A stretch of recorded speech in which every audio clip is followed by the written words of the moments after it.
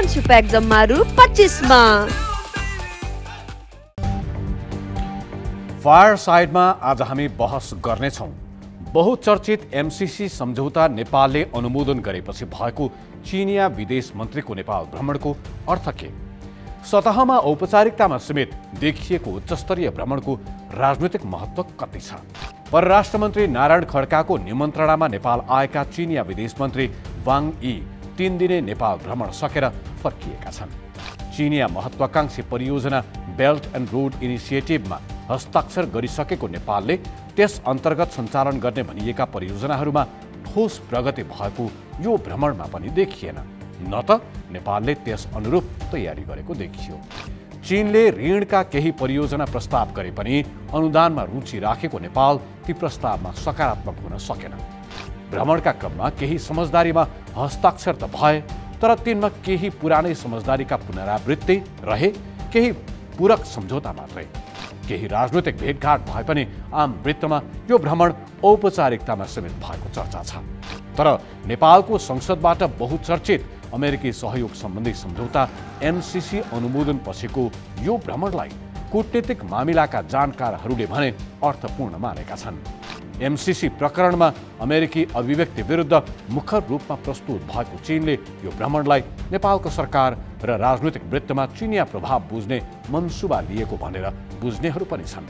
अर्कोतर्फ विकास साझेदारीहरूमा छिमेकी देशहरूसँगको समान सम्बन्धबारे नेपालको प्राथमिकता प्रस्ट्याउने अवसरका रूपमा नेपालले यो उच्चस्तरीय भ्रमणलाई प्रयोग गरेको भनी बुझ्ने पनि नभएका होइनन्।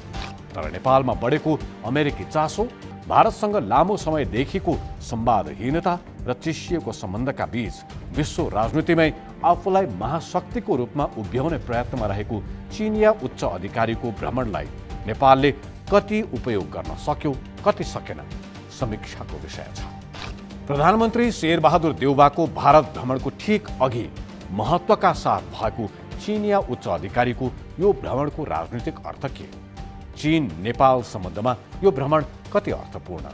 प्रधानमन्त्रीको आसन्न भारत भ्रमणका प्राथमिकता के हुनुपर्छ? फायर साइडको आजको अङ्कमा हामी यिनै प्रश्नको जवाफ खोज्नेछौँ र आज हामीसँग हुनेछन् पूर्व परराष्ट्र मन्त्री प्रदीप गेवाली,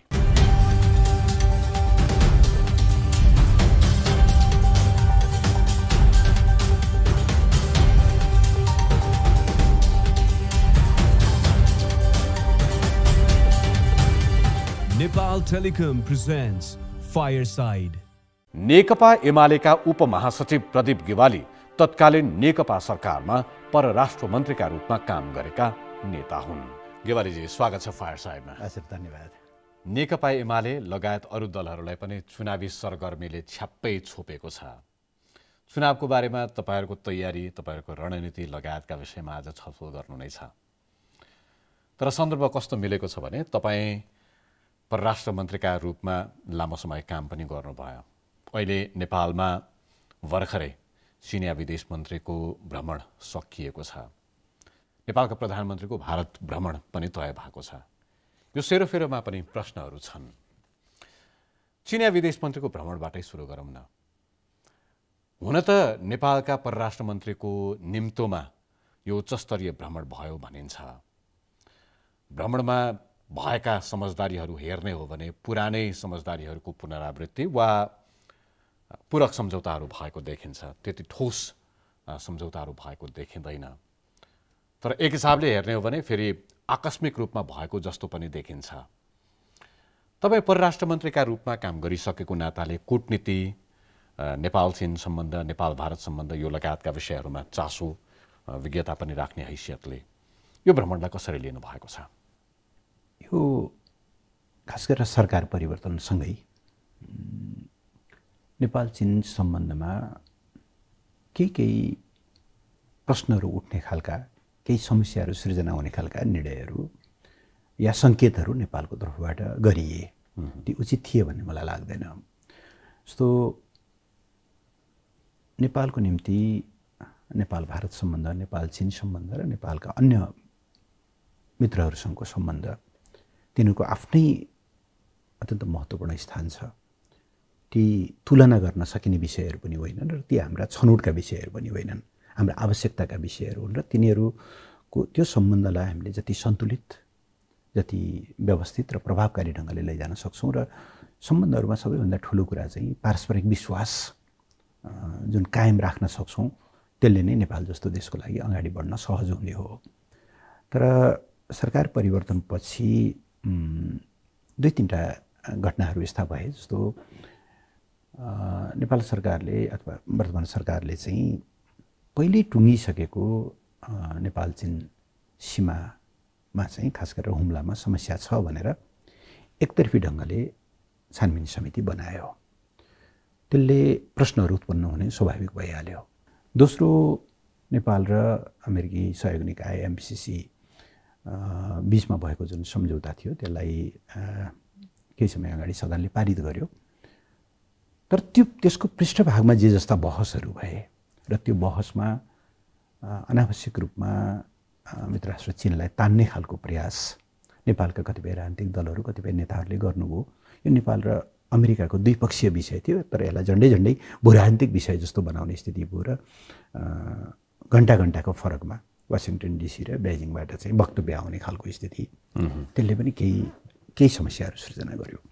तेस्रो, हेर्दा सामान्य लाग्छ, तर लामो समयदेखि चीनमा राजदूत पद खाली छ।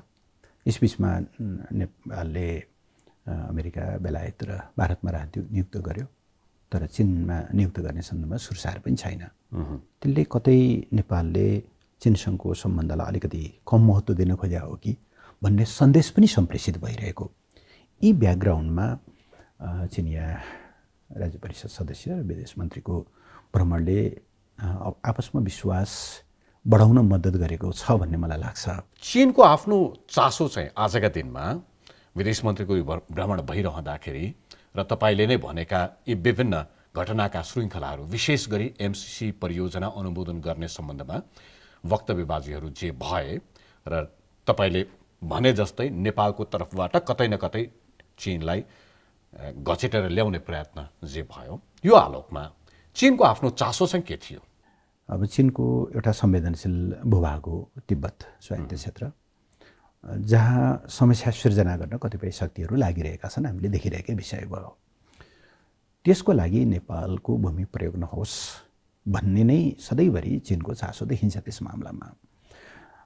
मामलामा नेपालले आफ्नो कर्तव्य निर्वाह गर्दै पनि आएको छ। हमेसा एक चीन नीति, यो कुनै सरकार विशेषको नीति पनि होइन, नेपाल राष्ट्रकै नीति छ। सरकार फेरिए पनि हामी एक चीन नीतिको पक्षमा दृढ छौँ। हामी तिब्बत, हङकङ, ताइवान लगायतका सबै विषय, 3 भूभागहरू चीनका अभिन्न अङ्ग हुन् र चीनको आन्तरिक मामलामा कहीँ कतैबाट हस्तक्षेप हुनुहुन्न। त्यसमाथि पनि नेपाललाई प्रयोग गरेर त हुनै हुँदैन भन्ने कुरामा चाहिँ हामी कन्सिस्टेन्टली नै लागिरहेका छौँ। शनिबार प्रधानमन्त्री शेरबहादुर देउवासँगको भेटवार्ता भयो। सोही साँझ चीनले यो भ्रमणका सन्दर्भमा विज्ञप्ति प्रकाशित गरेर के भन्यो भने नेपालमा कुनै पनि खालको भू राजनैतिक चलखेल भएको चीनले हेर्न चाहँदैन र त्यो चलखेल नभएसम्मको अवस्थामा चीन र नेपाल बीचको मित्रवत सम्बन्ध कायम रहन्छ भन्ने खालको साङ्केतिक अभिव्यक्ति दिएको छ। त्यो अभिव्यक्तिलाई कुन अर्थमा बुझ्ने? उसले के नेपालमा भू राजनैतिक चलखेल भइरहेको छ भन्ने खालको रिडिङ गरिसकेका छ? अब सम्भवतः उसको सङ्केत चाहिँ यही अहिले हामीले गरिरहेका छलफलहरूको विषयलाई लिएर होला। अब पछिल्लो समय व्यापारको तनाव त सधैँ थियो चीन र अमेरिकाको बिचमा। अब साउथ चाइना सीको विषयलाई लिएर या ताइवानको विषयलाई लिएर पनि अलिकति थोरै तनाव जस्तो देखिन्छ उनीहरूको बिचको सम्बन्धमा। र अब अहिले रुसले युक्रेनमाथि अतिक्रमण गरेको छ, त्यो विषयलाई लिएर अमेरिकाले चाहिँ चीनलाई जबरजस्ती त्यसमा ड्र्याग गर्न खोजेको जस्तो पनि देखिन्छ। तैँले तिमीहरूले सहयोग गरिरहेछौ भन्ने ढङ्गले आरोप लगाएको देखिन्छ, जसलाई चीनले स्पष्ट ढङ्गले खण्डन गरेको पनि छ। यी सबै परिवेशमा चीन र अमेरिकाको सम्बन्धमा आएको अलिकति तनाव या दरार र पोर्सार गालवान उपत्यकामा भएको सीमाको एक खालको झडपै भनौँ, त्यस पछाडि जुन बिचमा सी जिनपिङ र नरेन्द्र मोदीजीको बिचमा भएका फ्रिक्वेन्ट उच्चस्तरीय भेटघाटले जुन चीन भारत सम्बन्धको एउटा नयाँ अध्याय सुरु भएको थियो, अहिले त्यो पुरानै ठाउँमा फर्केर अहिले चाहिँ भारत फेरि क्वाडतिर फर्किन खोजेको होइन। अमेरिका, जापान, अस्ट्रेलिया र भारतको बिचमा चौपक्षीय एउटा चाहिँ सुरक्षा डायलग अगाडि बढिरहेको र अलिकति त्यो हिसाबले जान खोजिरहेको परिवेशमा सम्भवतः ती सबैका बाछिटाहरू नेपालमा पर्छन् कि नेपालले कन्सिस्टेन्टली अहिलेसम्म अवलम्बन गर्दै आएको असंलग्नताको, एकछिन नीतिको, कुनै पनि मुलुकको आन्तरिक मामलामा अहस्तक्षेपको, संयुक्त राष्ट्रसङ्घको बडापत्र र विश्व शान्तिको जुन मान्यता नेपालको फरेन पोलिसीको एउटा फन्डामेन्टल कुराहरू छन्, यसबाट कतै नेपाल अलिकति विचलित हुन्छ कि भन्ने केही प्रश्नहरू सायद उनीहरूको मनमा उत्पन्न भयो होलान्। त्यसो हुनुको पछाडि मैले फेरि पनि भने यी केही कारणहरू हुन्। उसो त यहाँ परराष्ट्र मन्त्री स्तरमा भएको वार्ता, प्रधानमन्त्रीसँग भएको शिष्टाचार भेटमा नेपाल सरकारको तर्फबाट एमसीसी अनुमोदन पश्चात चीनलाई गर्नुपर्ने, चीनलाई भन्नुपर्ने, चीनलाई स्पष्ट पार्नुपर्ने कुराहरू स्पष्ट पार्ने प्रयत्न त भएका छन्। तर अर्को तर्फबाट हेर्ने हो भने साँच्चै सम्झौताको फेहरिस्त, समझदारीको फेहरिस्त हेर्ने हो भने पोखरा विमानस्थल हस्तान्तरणको कुरा आयो, नेपालबाट घाँस निर्यात गर्ने कुरा आयो। यस्ता यस्ता साना मसिना कुराहरू मात्रै त्यो कार्यसूचीमा नहुनु पर्थ्यो। उच्चस्तरीय, यत्तिको उच्चस्तरीय भ्रमणमा तिनै मात्रै कार्यसूची हुन सक्छन् त भन्ने प्रश्न त उब्जिन्छ फेरि। अब मलाई कस्तो लाग्छ भने नेपाल र चीनको बिचमा सम्झौता र समझदारीका निकै धेरै विषयहरू हामीले विगतमा गरिसकेका छौँ। हामी वास्तवमा कार्यान्वयनको फेजमा छौँ। बीआरआई अन्तर्गतै पनि हामीले नेपालको सन्दर्भमा बीआरआई के हो त भन्दा नेपालको सन्दर्भमा BRI trans Himalayan multidimensional connectivity network हो, जसभित्र सीमा वारपार रेल, सीमा वारपार सडक, ट्रान्समिसन लाइनहरू, अप्टिकल फाइबरहरू, बन्दरगाहहरू, एभिएसन र पिपल टु पिपल कनेक्सन, यी सबै कुराहरू पर्छन् भनेर त्यसको एउटा फ्रेम पनि तयार गरेका छौँ। त्यसपछि हामीले यसभित्र के प्रोजेक्टहरू हाम्रा अपेक्षा छ त भनेर त्यसको पनि सर्ट आउट गरेर हामीले करिब 9वटा प्रोजेक्टहरू त्यसलाई सर्ट आउट पनि गरेका छौँ र तीमध्ये कतिपय कार्यान्वयनको चरणमा पनि छन्। त्यसमध्ये केही जस्तो टोखा छ अरे, सुरुङ मार्गको कुरा या किमाथाङका धनकुटा सडकको कुराहरू, यी विषयमा प्राविधिक पठाउने तयारीमा चीन थियो। अक्टोबरमा, कार्तिकमा चाहिँ चिनिया राष्ट्रपति आउनुभयो। त्यसपछि लगत्तै कार्यान्वयनको चरणमा जाने तयारी हुँदै गर्दाखेरि करिब 2 वर्ष त कोभिडले असाध्यै ठुलो असर गर्यो विश्वव्यापी रूपमै। अब जहाँसम्म अहिले भएका सम्झौताहरू छन्, अब नेपालले चीनसँग निर्यात गर्ने चिजहरू अहिलेसम्म सीमित नै छन्। अब झन्डै 8000 वस्तुहरूको निम्ति उसले भन्सार फ्री सहुलियत दिएको छ। तर तीमध्ये कैयौँ चिजहरू हामीले उत्पादन गर्न सक्दैनौँ या उत्पादन गरे पनि ती साह्रै सानो लेभलमा छन्। त्यसो हुँदाखेरि चाहिँ नेपालले चीन निर्यात गर्न सक्ने चिजहरूको खोजी गर्ने क्रममा यो सुकाइएको घाँस बनाउन, कम्प्याक्ट गरिएको घाँस पनि एउटा विषय भयो। अब त्यो नराम्रो होइन, यद्यपि यही लेभलमा आउनु जरुरी थियो कि थिएन भने छलफल गर्न सकिन्छ। अब तर अलिक बढी फोकस समझदारीहरूलाई पनि निकै ठुलो उपलब्धि जस्तो गरेर प्रचार गरिन्छ। ठुलै उपलब्धि वा ठुलै सम्झौताहरूलाई त प्रचार गर्ने भइ नै हाल्यो।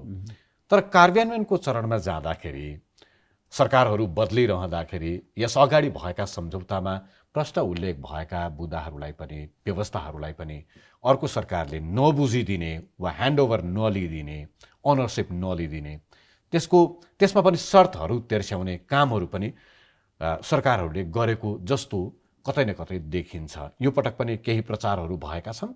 बीआरआई अन्तर्गत सञ्चालन हुन सक्ने परियोजनाहरूका बारेमा कुनै उल्लेख छैन। संवादहरूमा पनि त्यति धेरै प्रष्ट रूपमा न नेपालका तर्फबाट न चीनका तर्फबाट चासोपूर्वक उठाइएको देखिएन। यो चाहिँ किन हुन्छ?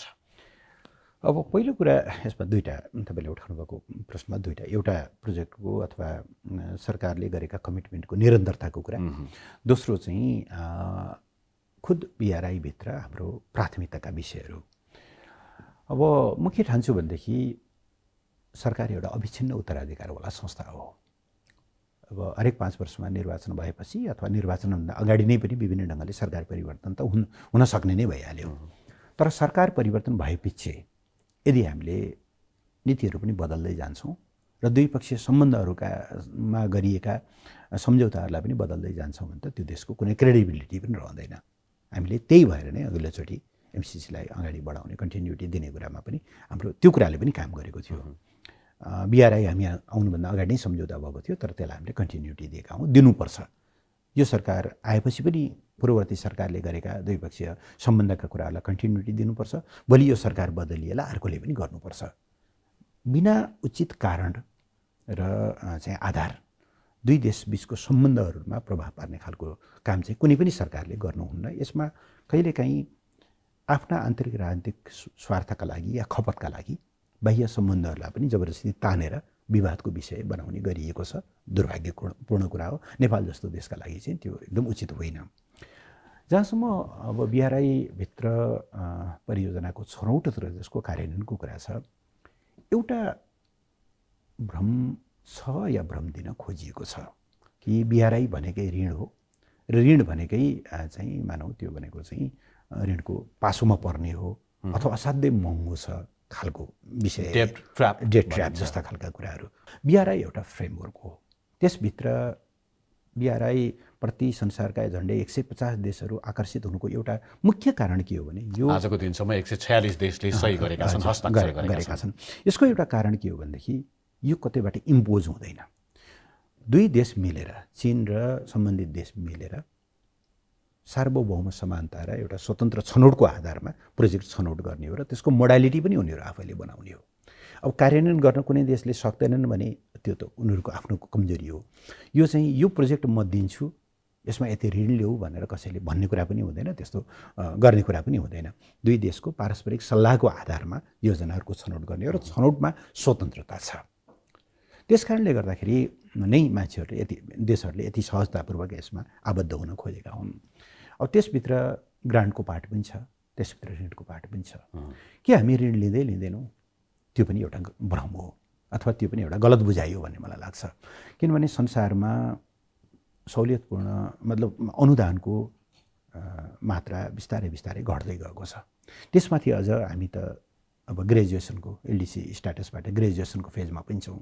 जब हामी अल्प विकसित अवस्थाबाट विकासोन्मुखमा जानेछौँ, हामीले पाउने अन्तर्राष्ट्रिय अनुदान झन् कम हुनेछ। आज बिआरआई अन्तर्गत सञ्चालन हुन सक्ने परियोजनाहरू, अघि बढ्न सक्ने परियोजनाहरूका लागि अनुदान वा ऋण भन्ने विषयमा सरकारलाई कर्मचारी संयन्त्रले ऋण लिनुहुन्न, ऋण तपाईँले भने जस्तै त्यो ऋणको पासोका रूपमा परिणत हुन्छ जुन नेपालले पेब्याक गर्न सक्दैन, त्यसकारण अनुदानमा जानुपर्छ भनेर कर्मचारी संयन्त्रले राजनैतिक नेतृत्वलाई सरकारलाई ब्रिफिङ गर्यो। त्यसकारण सरकारले त्यसमा त्यति धेरै चासो दिइराखेको छैन। यदि चासो दिएको छ भने पनि अनुदानका लागि जोड दिइराखेको छ, जसमा चीन त्यति धेरै इच्छुक देखिएन भन्ने खालको सतहमा आएका छन्। यसमा आंशिक सत्यता छ। म यसमा अब कर्मचारीलाई पनि किन दोष लगाउँदैन भने नि नेपालको कर्मचारी संयन्त्रलाई हामीले विगतदेखि नै जसरी गिजोल्दै आएका छौँ, त्यो लेभलमा छैन कि उसले पोलिटिकल लिडरसिपको विलभन्दा बाहिर गएर उसले आफूलाई लागेका कुराहरू भन्न सक्छ, बेग्लै कुरा हो। तर निर्णय गर्ने ठाउँमा त म मन्त्रीमा रहँदा त मेरो निर्णय हो। मेरो सचिवले के भन्नुभयो, अरू कन्सर्निङ सचिवहरूले अथवा अरूहरूले के भने त्यो ठुलो कुरा भएन। निर्णय गर्ने अधिकार मेरो हो अथवा त्यो दायित्व मेरो हो अधिकारभन्दा पनि। अब यसमा अलिअलि भूराजनीति पनि छ। प्रष्ट कुरा गर्दाखेरि अलिअलि एमसिसीको अनुभव पनि छ। अनि अनुभव पनि छ। अब भूराजनीति के छ भन्दाखेरि विश्वमा अब अमेरिका अहिले चुलीमा रहेको विश्वशक्ति, चीन उदाउँदो विश्वशक्ति, भारत विश्वशक्ति हुन्छु भनेर प्रतिस्पर्धामा रहेको अथवा उसले इच्छा गरेको आकाङ्क्षी विश्वशक्ति हुने दिशामा अग्रसर भनौँ न। अब हामी यी तिनटै मुलुकसँग विभिन्न ढङ्गले जोडिएका छौँ। दुईटासँग त भूगोलले नै जोडिएका छौँ। अमेरिका निकै पुरानो हाम्रो मित्र हो, 75 वर्षदेखि हाम्रो मित्रतापूर्ण सम्बन्ध छ। भनिसकेपछि उहाँहरूका आफ्ना इन्ट्रेस्टहरू छन्। जसरी एमसिसीको बारेमा केही रिजर्भेसन्सहरू देखिए र त्यसमा कतिपय देशहरूको कमेन्टहरू हामीले सुन्यौँ, बिआरआईको बारेमा पनि कतिपय देशहरूका आफ्ना रिजर्भेसन्सहरू छन्। अब भारतलाई लागिरहेको छ चीनले नेपाल जोड्ने गरी बनाउन लागेको रेलमार्ग, त्यो त नेपालका लागि मात्रै कहाँ हो र? त्यो माध्यमबाट ऊ चाहिँ भारतसँग जोडिन चाहन्छ भन्छ। अब मैले हेर्दा भारतसँग जोडिन चाहनु त नराम्रो कुरा त पक्कै होइन होला। किनभने आजका मितिमा भारत र चीनको व्यापार झन्डै गत वर्ष $100 अरब भन्दा बढी थियो। यद्यपि थुप्रै तनाव पनि भयो बिचमा, उहाँहरूले थुप्रै एप्सहरू काट्नुभयो, के गर्नुभयो, यो चाइनिज सामान बहिष्कार भने पनि आजको दिनमा चीन एउटा यस्तो शक्ति हो जसलाई कसैले इन्कार गर्नै सक्दैन होइन।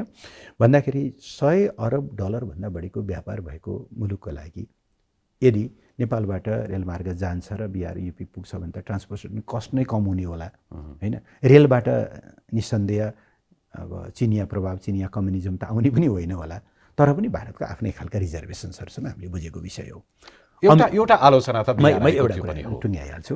अमेरिकाका पनि आफ्ना रिजर्भेसन्सहरू छन्। उसले अब चीनको बिआरआईको काउन्टरमा गत वर्ष G20 को समिटमा चाहिँ बाइडेनले बिल्ड ब्याक वर्ल्ड B3W भनौँ न, B3W को प्रस्ताव चाहिँ ल्याउनु भयो G7 को समिटमा। यस्ता कुराहरू छन्। अब त्यसो भएको हुनाले कतिपयलाई यी भूराजनीतिकले विशुद्ध बिआरआई को प्रोजेक्ट त्यो नेपालका निम्ति कति महत्त्वपूर्ण छ। जस्तो उदाहरणको निम्ति म भन्छु, चीन नेपाल रेलमार्गको कुरा गरौँ, लगानी कति लाग्छ, त्यसले रेट अफ रिटर्न कति दिन्छ। बिहान कसैले कमेन्ट गरे सुन्दै थिएँ मैले, चीनबाट सामान ल्याउने नेपालले घाँस मात्रै पठाउने हो कि, घाँस मात्रै के अरे रेलमा भरेर पठाउन सकियो भने त्यसले केही न केही त हाम्रो निर्यात व्यापारलाई त प्रवर्धन नै गर्ला नि। तर कति चिजहरू कस्तो हुन्छ भन्नुहुन्छ भने त्यसलाई तपाईँले विशुद्ध जोड घटाउको हिसाबले हेर्नुहुन्न। एउटा देशको स्ट्राटेजिक अटोनोमीसँग, स्ट्राटेजिक उसको आफ्नो चाहिँ क्षमता विस्तारसँग त्यो विषय जोडिन्छ। हामीलाई नाकाबन्दी थियो चर्को, नाकाबन्दी भएको बेलामा चीनले दिएको भनेको मलाई लाग्छ 12 ट्याङ्कर तेल होला जस्तो लाग्छ जम्मा जम्मी। त्यसले त छोप पनि लागेन नि त होइन। सिंहदरबारको खर्च पनि 2 दिनको खर्च पनि ध्यान दिन्थ्यो होला त्यसले। तर त्यसले एउटा ठुलो आत्मविश्वास नेपाली जनतामा के दियो भने हेर है हामीसँग पनि विकल्पहरू छन्। एउटा देशले आफ्नो एउटा चाहिँ विकासका लागि विभिन्न ढोकाहरू खुला गर्नुपर्छ। त्यसबाट त्यसलाई विशुद्ध ऋणमा अथवा त्यसमाको लागतमा हेर्नु हुन्न भन्ने म ठान्छु। त्यही त तपाईँले आफैले नै उल्लेख गर्नुभयो नि, 12 ट्याङ्कर तेल मात्रै आउने कुरा भयो। तर त्यति बेला के भनियो भने प्रधानमन्त्रीले अब हामी नेपाल एक देशमा मात्रै निर्भर छैन, बाटो खुल्यो हाम्रो भन्ने अभिव्यक्ति दिनुभयो। भूपरिवेष्टितबाट भूजडित मुलुक बन्यो भन्ने खालको अभिव्यक्ति प्रधानमन्त्रीको आएको थियो। त्यसपछि हाम्रो निर्भरता कहाँ रह्यो त? साँच्चै एक देशमा रहेको निर्भरता बढेर अन्यत्र पनि हामी फैलिएका छौँ त? कार्यान्वयनको पाटो यस मामलामा एकदम कमजोर छ।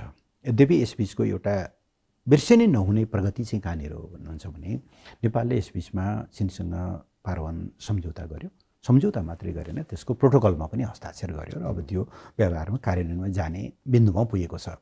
अब हामी चीनको जुनसुकै भूभागबाट पनि अहिले 4वटा नेपाली नाकाहरू तोकिएको छ, 8वटासम्म जान सक्ने कुरा छ। त्यो नाकाहरू मार्फत चीनको जुनसुकै सडक प्रयोग गरेर 3वटा सुक्खा बन्दरगाहमा र 4वटा चाहिँ समुद्री बन्दरगाहसम्म जाने र त्यहाँबाट निकास हामीले पाउन सक्ने गरिकन यो प्रगति चाहिँ भएको छ। तर यो त कागजमा भएको छ, यसलाई व्यवहारमा लैजानु पर्यो। यस मामलामा भने हाम्रो कार्यान्वयनको पक्ष अलिकति फितलो छ, तपाईँले भन्नुभएको सत्य हो। संवादलाई अलिकति अर्को सिराबाट सुरु गर्न चाहे। नेपालको परराष्ट्र नीतिका बारेमा बारम्बार चर्चा हुन्छ। हाम्रो साँच्चै परराष्ट्र नीति के हो, विदेश नीति के हो, हामीले छिमेकीहरूसँग सम्बन्ध कस्तो चाहेका छौँ, भारतसँग कस्तो चाहेका छौँ, चीनसँग कस्तो चाहेका छौँ, अमेरिकासँग कस्तो चाहेका छौँ, वा अरू देशहरूसँग कस्तो चाहेका छौँ भन्ने प्रश्न बारम्बार उठिरहन्छ। तपाईँ अघिल्लो सरकारको परराष्ट्र मन्त्री भएका नाताले सरकार फेरिएपछि, नेपाली कङ्ग्रेसको नेतृत्वमा यो गठबन्धन सरकार बनिसकेपछि के नेपालको परराष्ट्र नीति बदलिएको हो? नीति नै बदलिएको त नहुनु, किनभने नीति बदल्नका लागि धेरै कुराहरू चाहिने होला। अब त्योभन्दा अगाडि एउटा कुरा मैले जोड्न चाहेँ। पहिलो कुरा, नेपालको परराष्ट्र नीतिको त्यसको मेन केन्द्रबिन्दुमा राष्ट्रिय हितको रक्षा हुनु पर्यो। राष्ट्रिय हितको कुरा गर्दा कुनै पनि देशले हाम्रो देशको विरोध गर्यो नेपालले भनेर बुझिदिनु भएन।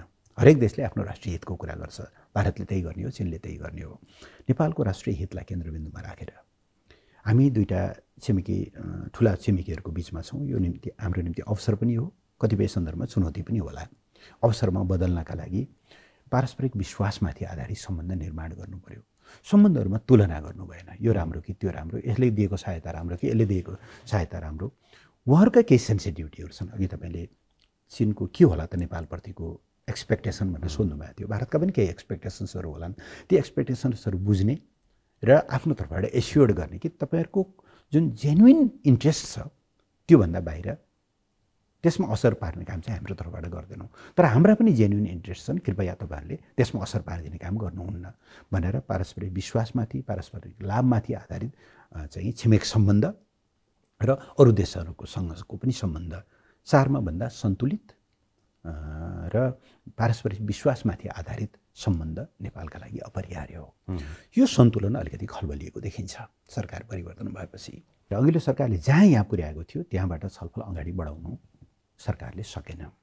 यस विषयमा चर्चा पनि हुन छोड्यो। हुँदै जाँदा त कस्तो भनेदेखि अब संयोग हो या नियत हो थाहा छैन, प्रधानमन्त्रीको 100 दिनको कार्यक्रमको किताब निस्किन्छ, चुच्चे नक्सा नै छैन।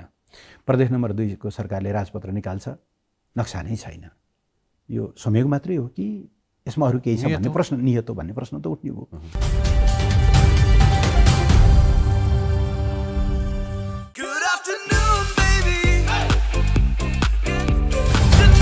आयो नयाँ कान्छी प्याक जम्माहरू 25 मा। अघि हामीले चिनिया विदेश मन्त्रीको भ्रमणको सन्दर्भमा कुराकानी गर्दाखेरि चीनले 2021 मा आफ्नो डिप्लोमेसीलाई रिडिफाइन गर्ने प्रयत्न गर्यो। भोकल रूपमै उसले पत्रकार सम्मेलन मार्फत विश्वलाई नै सन्देश दिने प्रयत्न गर्यो र यो वर्ष हाम्रो लागि एकदमै उल्लेखनीय वर्ष हुनेछ भन्यो र सँगसँगै सी जिनपिङको कार्यकाल सुरु भएदेखि नै कूटनीतिको शैली बदलिएको छ। अहिले त्यसलाई वुल्फ वरियर डिप्लोमेसीको रूपमा व्याख्या गरिन्छ र घटनाहरू हेर्ने हो भने जसरी प्रकट हुन्छ चीन वैदेशिक मामिलामा, नेपालकै सन्दर्भमा, एमसीसीकै सन्दर्भमा जसरी उसका स्टेटमेन्टहरू आएका थिए त्यसले पनि त्यो जनाउँछ, जसमा आफ्नो चासो छ वा कतै न कतै आफू जोडिन्छ। तर नेपालले आफू जोडिएका मुद्दाहरूमा तपाईँले भने जस्तै प्रखर रूपमा बोल्न नसक्नु र कतिपय यस्ता सन्दर्भहरू छन् जसमा अलि ढिलो बोले पनि हुन्छ। चीन, भारत जस्ता देशहरू पनि मौनता साध्ने विषयहरूमा पनि प्रखर रूपमा बोल्ने प्रयत्न नेपालले गरेको देखिन्छ। त्यसका आधारमा मैले तपाईँलाई सोधेँ कि नेपालको असंलग्न परराष्ट्र नीति बदलिएको हो, परराष्ट्र नीति, छिमेक नीति बदलिएको हो।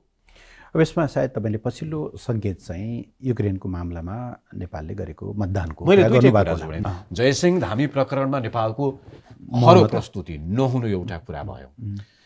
नेपाली नक्सा जुन नेकपा नेतृत्वको सरकार रहेका बेलामा संसदबाट नयाँ नक्सा अनुमोदन भयो, पारित भयो, संविधान संशोधनसम्मको प्रयत्न भयो, त्यसका बारेमा भारतसँग स्ट्यान्ड लिएर थप संवाद गर्नुपर्ने र भारतलाई मनाउनु पर्ने एउटा विषय छँदैछ।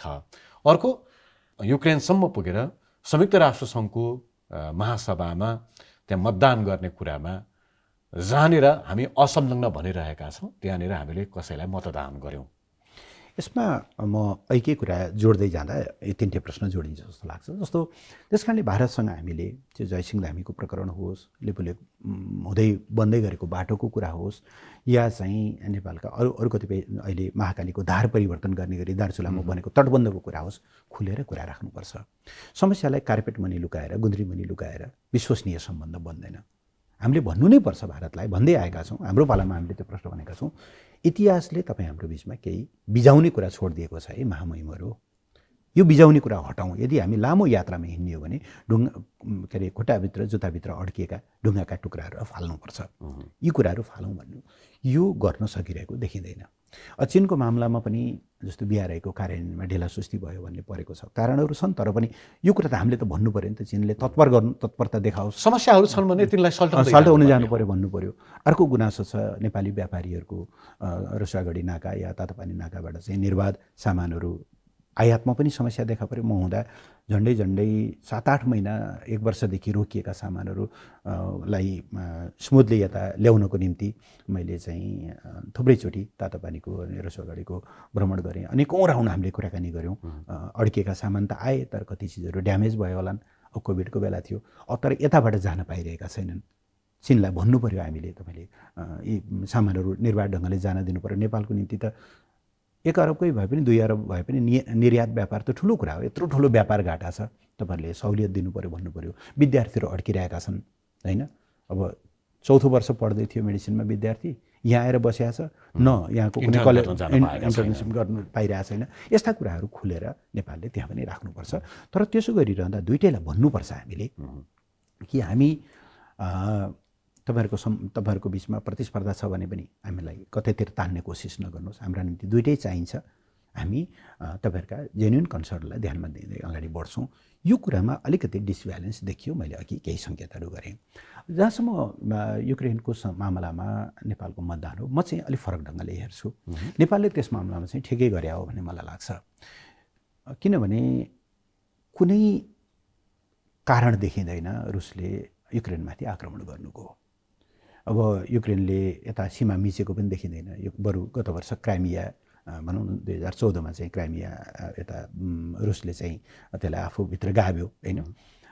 बरु त्यसमा युक्रेनका गुनासाहरू थियो होलान्, हामी त्यतातिर नजाउँ।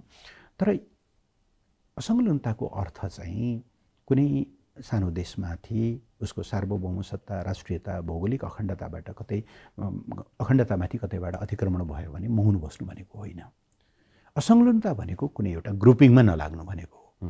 नेपाल जस्तो देशले अमेरिकाले अफगानिस्तानमा हमला गर्दा या इराकमा हमला गर्दा या लिबियामा हमला गर्दा पनि नो भन्नुपर्छ।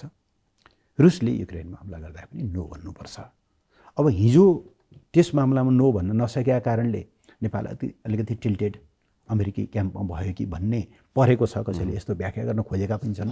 तर मैले सङ्केत गर्न त्यही खोजेको। तर तपाईँले भने जस्तै कुनै देशको सार्वभौमिकताको सम्मान गर्नु त्यो जायज नै ठानिएला। तर घटनाहरूको श्रृङ्खलाहरू कसरी विकसित हुँदै जान्छन् भन्ने कुराले पनि अर्थ राख्ला। मतदानको अघिल्लो दिन अमेरिकी विदेश मन्त्रीले नेपालमा फोन गर्नु, टेलिफोन वार्ता हुनु र भोलिपल्ट नेपालले युक्रेनको पक्षमा मतदान गर्नु। एमसिसीको पक्षमा वा विपक्षमा जुन बहस यहाँनिर भइरहेको थियो त्यो बेलामा नेपालको प्रस्तुतिहरू कस्तो रह्यो?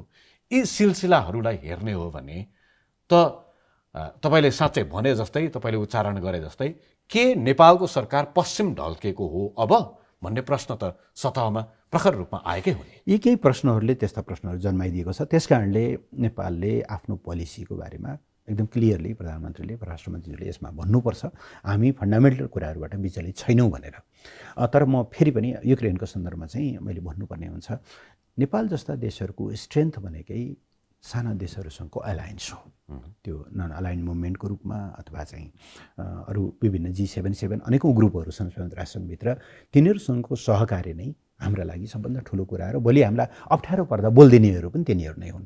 त्यसो भएको हुनाले चाहिँ देशहरूको सार्वभौम सत्ताको हस्तक्षेपको पक्षमा, विश्व शान्तिको पक्षमा नेपाल जस्तो देश जहिले उभिनुपर्छ।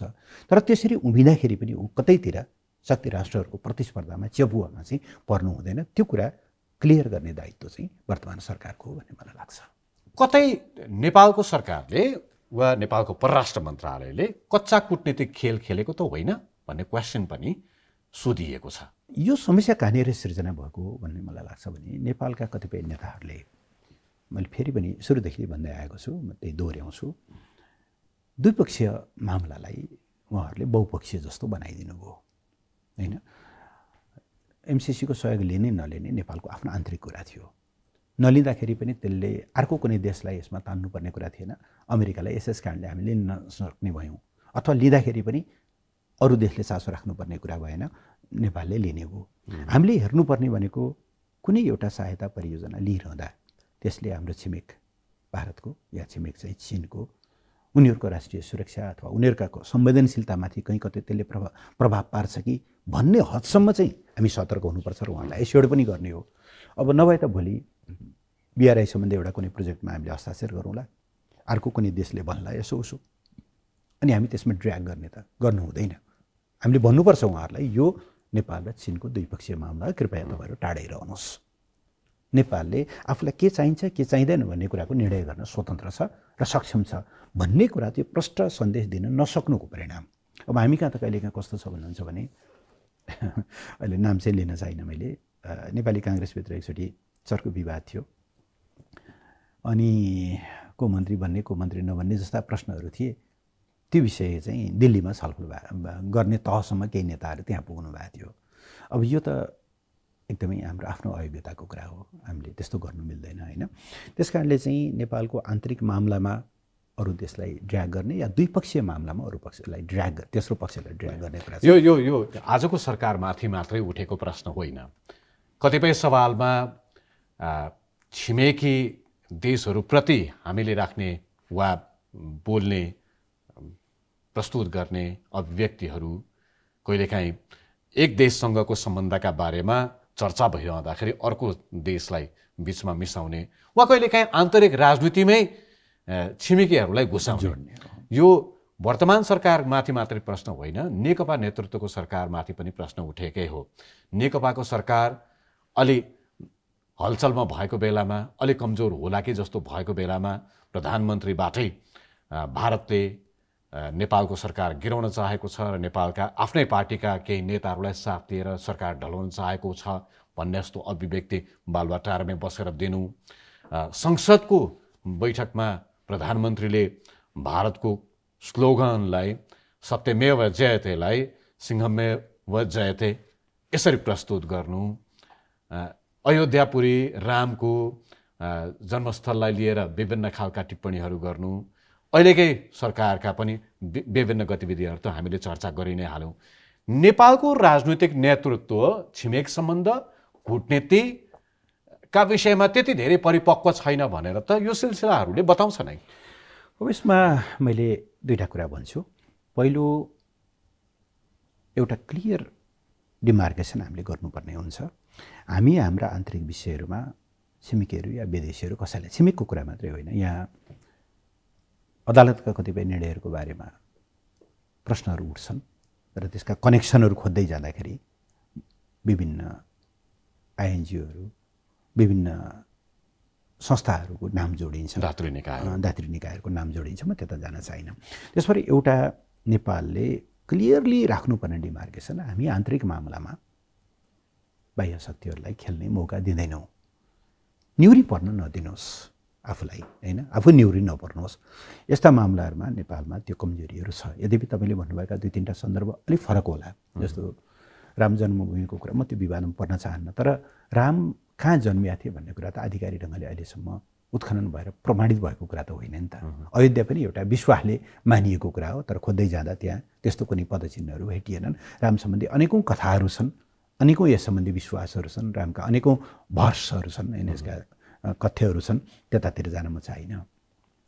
केही देशहरूको नेपालको आन्तरिक मामलामा हस्तक्षेप गर्ने एउटा परम्परा रहिआएको छ र उनीहरूले भोकल्ली उनीहरूका आफ्ना मिडियाहरू मार्फत, उनीहरूका कर्मचारीहरू मार्फत, भोको डिप्लोमेट्सहरू मार्फत ती कुराहरू भोकल्ली बोल्छन्।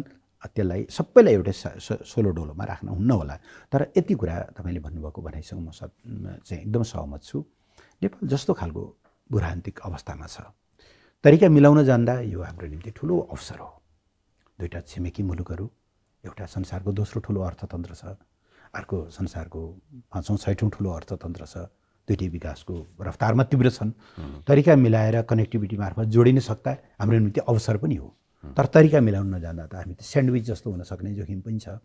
त्यस कारणले हामीले हाम्रा आन्तरिक मामलाहरूमा चाहिँ बाह्य हस्तक्षेपलाई निम्त्याउनु हुन्न र छिमेक सम्बन्धहरू, बाह्य सम्बन्धहरूलाई बडो परिपक्व ढङ्गले अगाडि बढाउनुपर्छ भन्ने तपाईँको निष्कर्षसँग इन्टिग्रिटी भन्ने कुरा पनि कतै न कतै जोडिन्छ होला। जस्तो तपाईँ परराष्ट्र मन्त्री भएका बेलामा अमेरिकामा एमसिसीको हेडक्वार्टर गएर एमसिसी पारित गर्नका लागि हाम्रो सहयोग रहन्छ वा हामी पारित गर्छौँ भन्ने खालको वचनबद्धता प्रकट गरेर फर्किनु भएको। सरकारमा हुनुहुन्थ्यो त्यो अलग कुरा, तर एमसिसी अनुमोदन गर्ने बेलामा तपाईँ प्रतिपक्षमा रहँदाखेरि तपाईँको पार्टीको जुन खालको भूमिका रह्यो त्यो कति मेल खायो? होइन, त्यो त हामीले त पटक पटक प्रधानमन्त्री त्यसको 2 दिन या 3 दिन अगाडि बालकोट जानुभएको थियो। संयोगवश त्यो बैठकमा म पनि थिएँ। प्रधानमन्त्रीले भन्नुभयो हामीलाई यो समग्र प्रक्रियाहरूमा छलफलमा भाग लिन दिनुहोस्, होइन। अहिले त सदन अवरुद्ध छ, सदन अवरोधका निश्चित कारणहरू छन्, त्यो कारण तपाईँले बुझ्नु भएको छ। यो प्रश्न 14 जना सांसदलाई कायम राख्ने कि नराख्ने भन्ने प्रश्नसँग छैन। दलीय व्यवस्थामा दलका सांसदहरूमाथि दलको कमान्ड हुन्छ कि हुन्न भन्ने फन्डामेन्टल कुरासँग जोडिएको छ। त्यस कारणले हामीलाई सदनमा छलफल हुन, प्रस्तुत हुन मौका दिनुहोस् हामीले भन्यौँ। हामीले अपेक्षा गरेका थियौँ प्रधानमन्त्री आफै त्यसरी त्यहाँ गइसकेपछि केही स्टेप चाल्नुहुन्छ होला, किनभने हामीलाई थाहा थियो कङ्ग्रेस पनि त प्रतिपक्षमा थियो नि त। तर हामीले धेरै राउन्ड छलफल गरेर लेपुलेक लिम्पियाधुरा कालापानी सहितको नक्सा प्रकाशन र त्यस पछाडि चाहिँ त्यसलाई संविधानमा राख्दाखेरि संविधान संशोधन गर्ने क्रममा हामीले त सबैलाई समेट्यौँ नि त। त्यो लिडरसिपको स्किलमाथि पनि भर पर्छ, उसको क्यापेसिटीमाथि पनि भर पर्छ।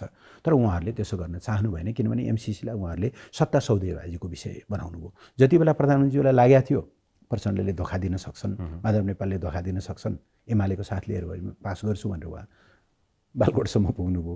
अब जति बेला उहाँहरूको लेनदेन मिल्यो र अब प्रचण्डलाई लाग्यो कि एमसिसी पास नगर्ने हो त सडकमा पुगिन्छ भन्ने भएपछि उहाँले रातारात नीति परिवर्तन गर्नुभयो। उहाँहरूले यस्तो संवेदनशील विषय जसमा समाज एकदम डिभाइडेड छ। तर नेकपा एमाले लागेको आरोप के हो भने नेकपा एमाले एमसिसीको अनुमोदनको प्रक्रियामा सहभागिता वा निरपेक्ष रहने जुन खालको प्रेजेन्स देखायो त्यसलाई चुनावी नाफाघाटासँग जोडेर नेकपा एमाले त्यस्तो होइन। एउटा कुरा प्रश्न के हो भने अस्ति हामीले वक्तव्य नजिकै हामीले एउटा पत्रकार सम्मेलन गरेर वक्तव्य पनि दियौँ। हामी एमसिसीको बारेमा या अरू कुनै पनि यस्ता विदेशी सहायता परियोजनाको बारेमा कुनै आवेग र उत्तेजनामा हुँदैनौँ।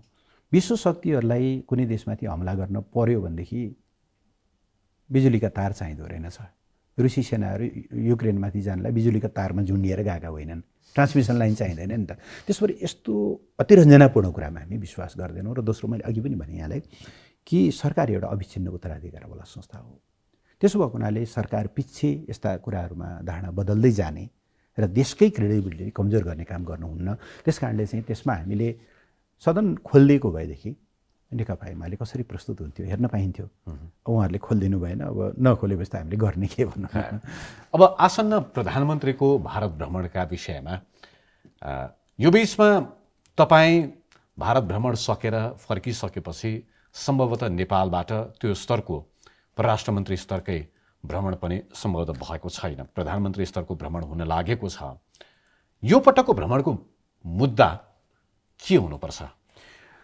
म चाहन्छु र मेरो आग्रह छ सामान्य प्रधानमन्त्रीलाई कि हिजो हामी जहाँ पुगेका छौँ नेपाल भारत सम्बन्धको बिचमा केही असाध्यै राम्रा कामहरू पनि भएका छन्। म यो 3.5 वर्ष अघिल्लो सरकारको कार्यकालका केही चिजहरू जस्तो वर्षौँ थाँतिरहेको थियो नि त। हुलाकी राजमार्ग वर्षौँ थाँतिरहेको थियो, अरुण अगाडि बढिरहेको थिएन।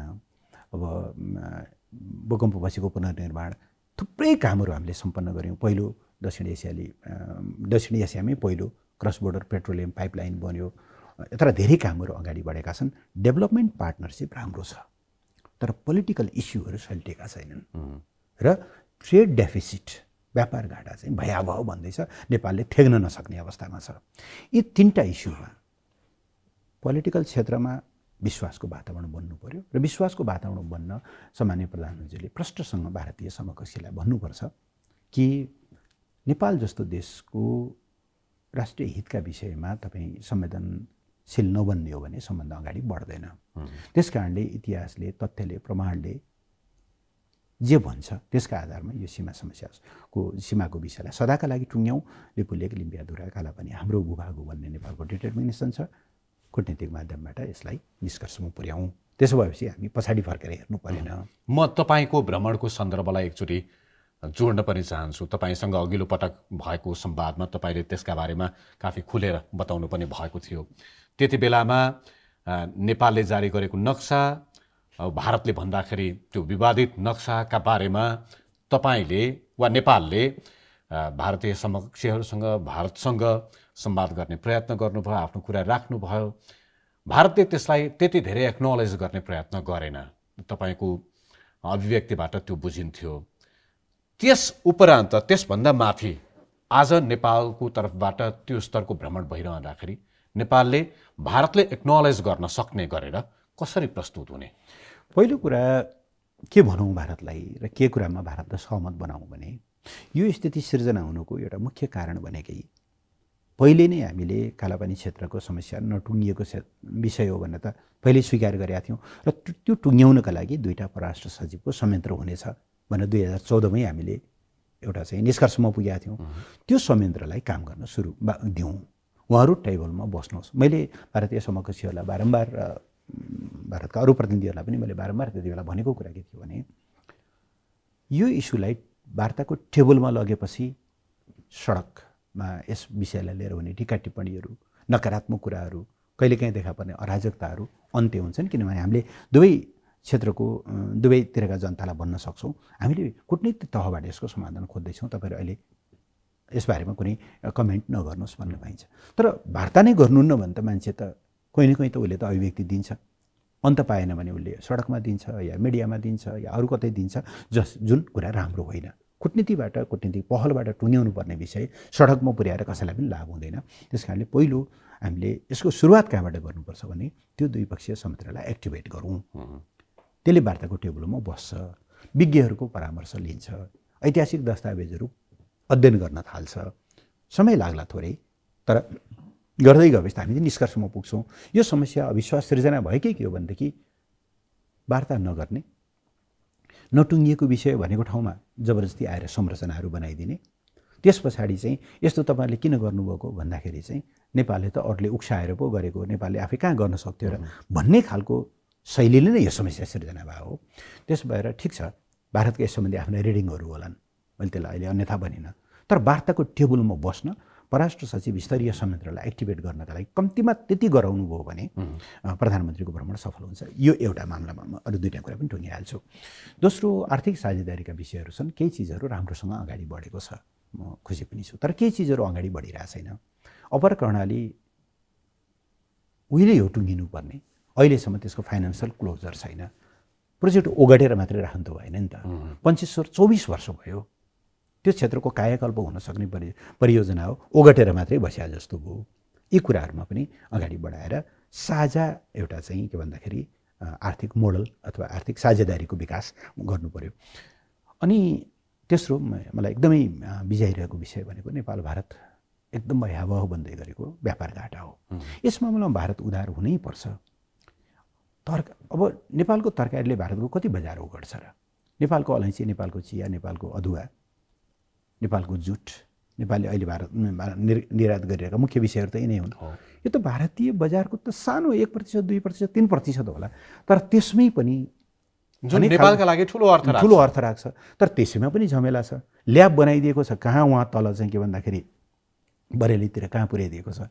अब यहाँ हरियो तरकारी राखेर अनि त्यसको चाहिँ विषादीको चाहिँ टेस्ट गर्नको निम्ति अनि एक दिन जानु पर्यो, 2 दिन 4 दिन क्युमा बसेर फर्किनु पर्यो भने त्यो त कसरी व्यापार अगाडि बढ्छ? नेपालका कमोडिटीहरूलाई भारतीय बजारमा निर्बाध प्रवेशका निम्ति भारत उदार बन्नै पर्छ। नेपाललाई, नेपाल जस्तो छिमेकीलाई चाहिँ अप्ठ्यारोमा पारेर भारतले के कसरी प्रगति गर्न सक्छ? गर्यो भने पनि त्यो प्रगतिको कुनै अर्थ हुँदैन। यी 3टा विषयहरू, राजनीतिक मुद्दाहरूको समाधान, त्यस पछाडि आर्थिक साझेदारीको विकास र व्यापार घाटा कम गर्नका निम्ति नेपालको प्रधानमन्त्रीले भारतसँग स्पष्ट ढङ्गले कुरा राख्नुपर्छ भन्ने मेरो तर भारतका गतिविधि, भारतको प्रस्तुति हेर्दाखेरि र विगतका नजिरहरू हेर्ने हो भने भारत यी संवादहरू अघि बढाउन त्यति धेरै चाहँदैन वा इच्छुक छैन भन्ने बुझिन्छ। इपिजी प्रतिवेदन बुझ्न मानेको छैन अहिलेसम्म। अघिल्लो पटक तपाईँ आफै भारत भ्रमणमा जाँदाखेरि तपाईँले भारतीय प्रधानमन्त्री नरेन्द्र मोदीसँग समय पनि पाउनु भएन भेटघाटका लागि। यो पटकको प्रधानमन्त्रीले त पाउनु होला, तर त्यो स्तरमा संवाद गर्न पाउनु होला वा नेपालले प्रस्तुत गर्ने अवसर पाउला नपाउला? अब प्रधानमन्त्रीज्यूमाथि भर पर्छ होइन। यद्यपि अब कार्यकालको अन्तिमतिर चुनाव अब धेरै टाढा छैन होइन। त्यसो भएको हुनाले अब सरकारलाई, प्रधानमन्त्रीलाई कति ओजनका साथ लिन्छ भारतले, त्यो भारतको कुरा हो।